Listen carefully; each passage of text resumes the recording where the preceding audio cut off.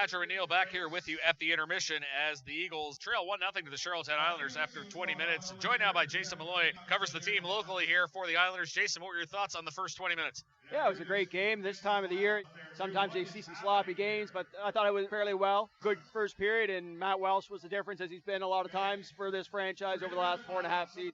Yeah, story before the game, and really the story of the last few years for Charlottetown. Anybody in particular catching your eye in the Eagles in the first 20 minutes? I've been watching Logan Kelly Murphy, local boy here. Looked like he played a good first period. He was in the starting lineup, and there was a big crowd in Section 12 that were cheering when his name was announced. So obviously a nice little homecoming for Logan. Yeah, a nice touch there, too, by Matt McLeod, who I guess would be the inverse. He spent some time in Cape Breton as a radio announcer, and he made sure to give Logan Kelly Murphy a shout-out there. Of course, we're coming into the Q silly season here, training period coming up. Jim Holton, I think, has been pretty open already in the media as to what he's going to do. What's he told the media locally?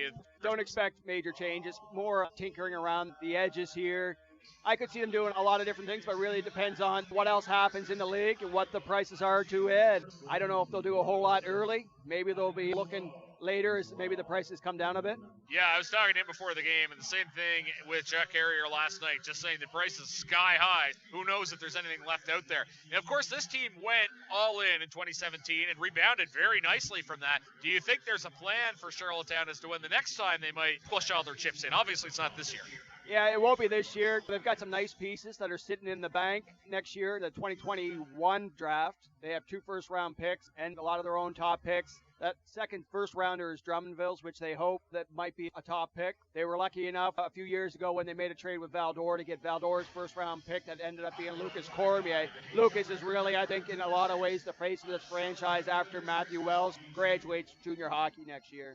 Yeah, I think that's a fair statement, and we'll all be watching to see if Cormier can sneak into the first round. Not projected to be there, but it's not another realm of possibility it could happen either. Of course, the Islanders made one trade prior to the trading period, able to get Max-ANtoine to come in because he wasn't on Shawinigan's active roster. How has he fitted into this Islanders lineup? It's been great. A guy that goes a little bit unnoticed around the league, but he gives them some size that they don't really have a whole lot of, and he works in the age-wise. I think he's 18. He's going to be here for another couple years, and someone that they can build with and didn't have to give up a whole lot for him. At the time, they were also down so many bodies. This team has gone through a slew of injuries, but have kept their head above water. Treaded water here when they lost Cormier and Alexandrov, their big forward, and their big defenseman. So when you lose 2 big pieces like that to go basically 500 in their absence, you got to be proud of what they've done. It's been a common thread really around the league, and Jim Holton has done a good job dealing with it for sure. I wanted to hit on Thomas Casey, too, a hometown guy, drafted in the 6th round. You don't know what you're going to get when you get a guy there. He could be a regular, might not be, and now he finds himself leading the team in goals. Tell us about him.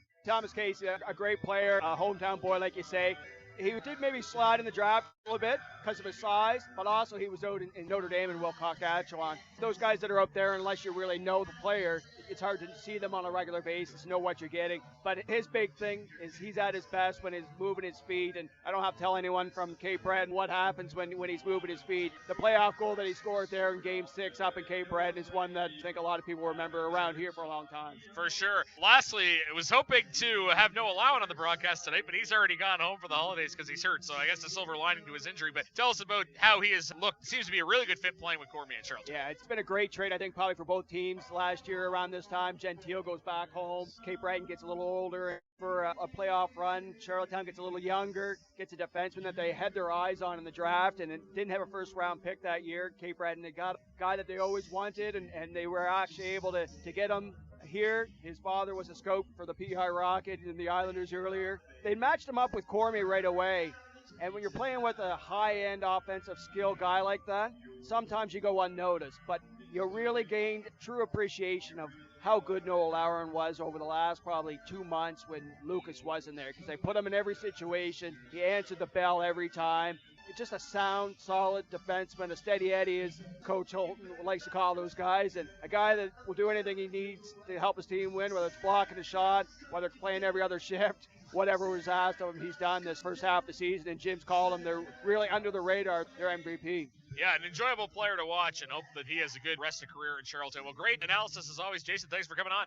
No problem, and I wish all the best to everyone listening in Cape Breton over this Christmas season, and the best of luck to the Eagles, yes, in the second half of the season. That's Jason Malloy, writes for the Guardian newspaper here in Charlottetown, joining us at the intermission. You're listening to Carstar, Cape Breton Eagles Hockey, 1270 CJCB.